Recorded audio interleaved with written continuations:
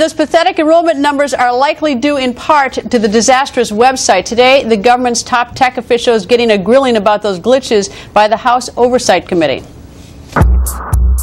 Taxpayer dollars were wasted. Precious time was wasted. People are working every day to make things better. I would say the site's getting better week by week. On the day of the launch, and even today, there are material failures in the security of the Obamacare website. Hackers, in fact, may have already or may soon find those vulnerabilities. I think you owe Mr. Park an apology, not a subpoena. Some days are better than others, but if you look at the trend line week over week, things are getting better. It's been called a train wreck. That's not fair to train wrecks. When did you first realize that you couldn't keep your health insurance even if you did like it, period? And that's kind of a health policy matter. It's really outside my lane, so... You don't know when you first realized that you couldn't keep your health insurance even if you liked it, period. Because you are the smartest one in the room. I'm not, sir. And very good at what you do. Where in the heck were you for the first 184 weeks? And Mr. Gowdy, you're right on that they should have had the A-team on this, and some of the people here today clearly were there for the train wreck. Nobody in this room, nobody in this country believes that Republicans want to fix the website. You guys knew there were going to be problems. You hadn't done end-to-end testing. Why didn't you delay this? That's not my decision to make. And Republican Congressman Trey Gowdy joins us. Of course, he is on that committee. So what did you learn today? Not much. 5 minutes isn't long to unlock the mysteries of the universe. I still can't tell you why they went on October the 1st, because that's certainly not the law. That's an artificial date that Kathleen Sebelius picked. We weren't ready to go on October the 1st. We spent over $500 million. We've had 30 months to get the website up and running, and Todd Park is supposed to get it fixed in less than 2 months. So I know this. I'm not convinced about the security. And all of that's just accessing the website. Once you get on the website, if the enrollment numbers are right, 2/3 of the people who went to shop decided to go somewhere else.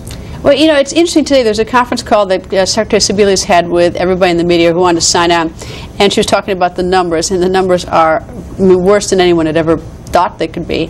But she said repeatedly, not just once, repeatedly, she says the marketplace is working, people are enrolling. She seemed quite content, and all she added that she expects enrollment to grow. You and I were both in the courtroom a lot. I think some folks, if you repeat something to yourself enough, you begin to believe it. She would be the only person in the Western Hemisphere that thinks this is working if she really believes that. Of course, her job is on the line. This is her legacy if you believe in legacies, but it's not working. And actually, in a roundabout way, the best thing she has going for her right now is the fact that people can't get on the website. That was one of the promises. The other promise about being at lower premiums, better coverage, people are going to also find out that they were misled and deceived when it comes to that. You talked about the fact that she keeps repeating that the marketplace is working, people enrolling. The president kept repeating. We had 26, we stopped counting at 26 where we had him on tape saying you can keep your insurance if you like, you can keep it. Others said that they found more, and there probably may have been more. But he kept repeating that too, and we played the soundbite where he knew people were going to lose it back in 2010. Yeah, there's a difference between negligently misstating a fact as you perceive it and intentionally deceiving your listener because you want to obtain an advantage. And I'd like to believe that he didn't know it was untrue as it is when he said it. So they just didn't understand.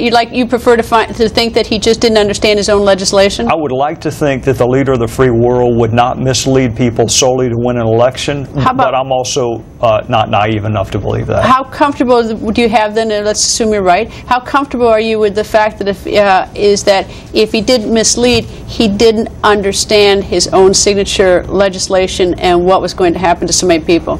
All the more reason not to have a piece of legislation this large, and all the more reason not to make transformative changes in our culture on a purely political vote. Not a single Republican supported this. So what's going to happen now? What's realistically going to happen? There's a bill this week with Congressman Upton. Right, and the Senate's going to be in a dilemma as to whether or not they want to take it up. A lot of these Democrat senators that are up for re-election are going to push Reid to take it up. In the past, he's not shown an inclination to take up House bills. It's going to be the dominant issue in 2014.